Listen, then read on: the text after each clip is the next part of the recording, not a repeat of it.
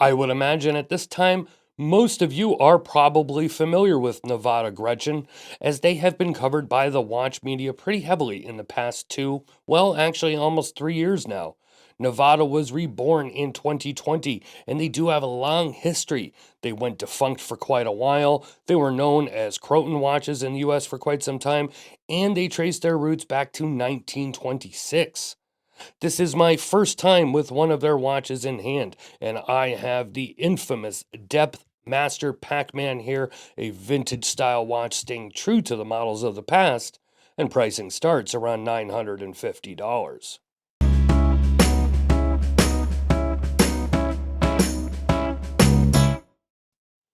On screen, you will see all the specifications, and if you want to know more about the history of the brand, I do suggest looking it up on their website and other blogs, as I could probably do a 30-minute video and still probably not cover all of it, but suffice to say, yes, this is a resurrected brand, and one thing that is clear is they are making watches in the same sizes that they did in the past. So if you were looking for more modern sizing, well, you know what? Actually, these days, 38 and 39 millimeter has become increasingly popular, so I guess Nivada fits right in.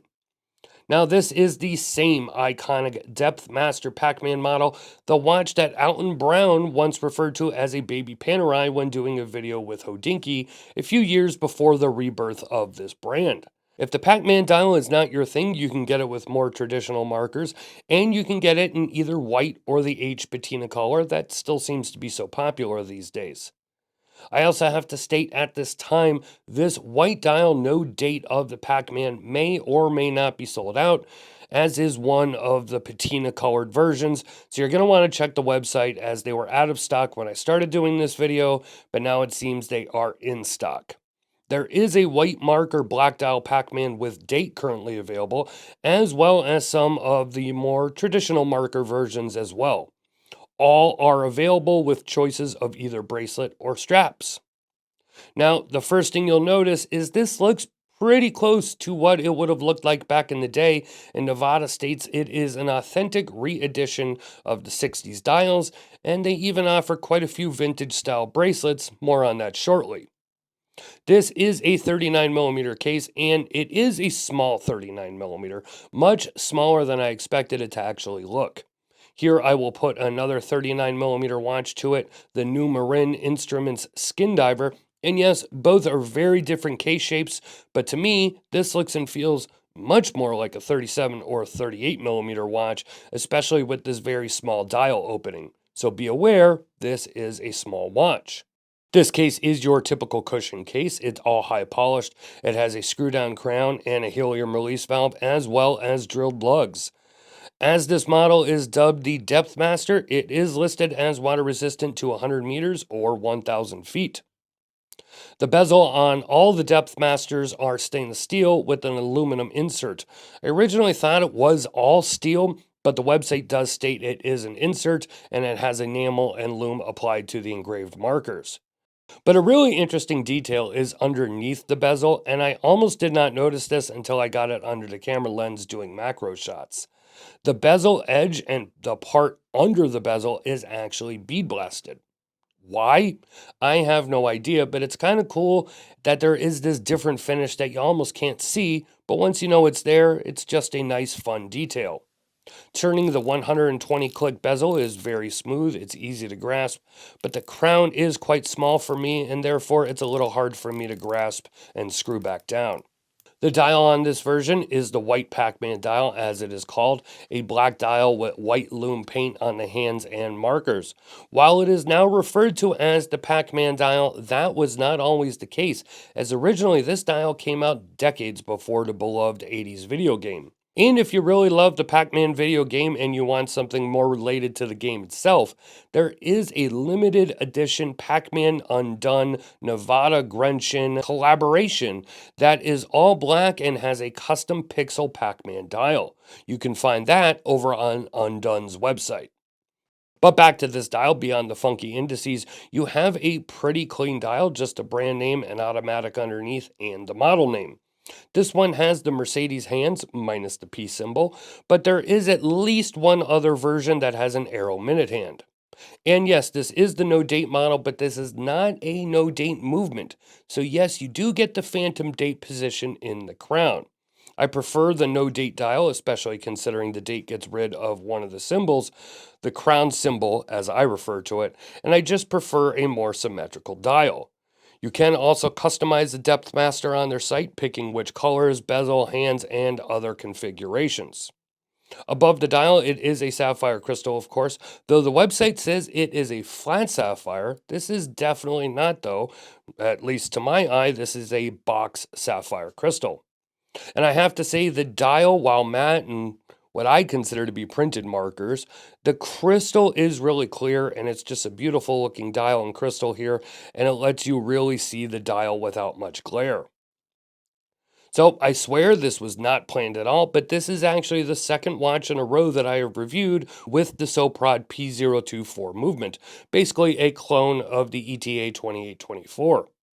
I do wish this had a date delete, but it is still a Swiss movement, and this one, unlike the Charlie Paris I just reviewed, is running a little slow at -5 seconds per day.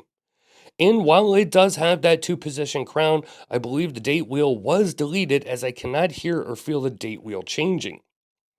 And no, you cannot see the movement here. It is a flat, solid case back. It's extremely plain, no decoration, and I imagine probably pretty close to the original when caseback decorations were not that big of a thing. Like the last few watches I have reviewed, the loom here is pretty good, but not great. I believe C1 loom is used here, and it does not get as bright as C3, and at least from what I have seen, the patina loom versions seem to glow a little bit brighter, but this will do the job here, and while not super bright, it does seem to last a few good hours before fading out. But that does bring me to the pricing and the choice of straps. I picked a standard leather strap, and it's okay, nothing to get excited about, but it does feel nice to the hand and on your wrist. It also has a nice custom buckle, not just your standard thumbnail looking deal. And I do also have to say, on my wrist, it actually does fit, unlike some other straps I've reviewed recently, which were very, very short. On the leather or the Tropic, the price is $950, but you can choose one of the bracelet options, which range from a beads of rice with fitted end links to vintage style bracelets, at least three or four of them, one of them a vintage beads of rice, all without fitted end links, and a straight end link instead, which I get is vintage looking, but definitely not my cup of tea. The price also does go up if you choose a bracelet, up to $1,150, in fact, which is $200 more if you want a bracelet. While I cannot comment on the quality of the bracelets, I have to say that is quite the price hike for a bracelet. Not exactly uncommon with a lot of watches, but I do wonder what those bracelets really cost. Now, as any review goes, some things are subjective and others not. And of course, how it looks and sizing is purely subjective, so no one get all upset at my next comment. This watch is just way too small for my liking. I know this seems to be the rage for all the watches, and many are liking the smaller sizes. I just didn't expect this 39mm piece to wear so small. As I showed earlier, next to another 39mm piece, this looks and feels much smaller on my 7.5 inch or 19.05 centimeter wrist, depending on where you're at in the world, and it looks very tiny. Again, you may love this, or you may have a smaller wrist, or you just like vintage size pieces. All good, I'm just giving you my perspective. Even though Nivada is a resurrected brand, they are trying to stay true to their roots, and at least I could say with this particular model, they are building some solid pieces.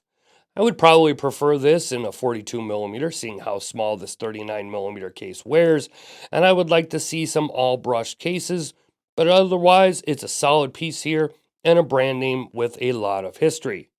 I do think pricing seems a little high for this piece. It's almost $1,200 if you want a bracelet version. And like I said, while I have no experience with any of the bracelets, I think if these started at $750 on a strap and then $950 on a bracelet, this would be a lot more appealing. But again, that is only one person's opinion. A written review will be on watchreport.com soon, so if you want, you can check that out as well.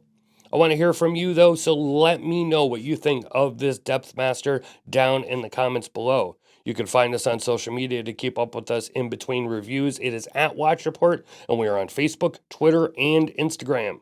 Give this video a like, share it with others, and if you haven't yet, please subscribe.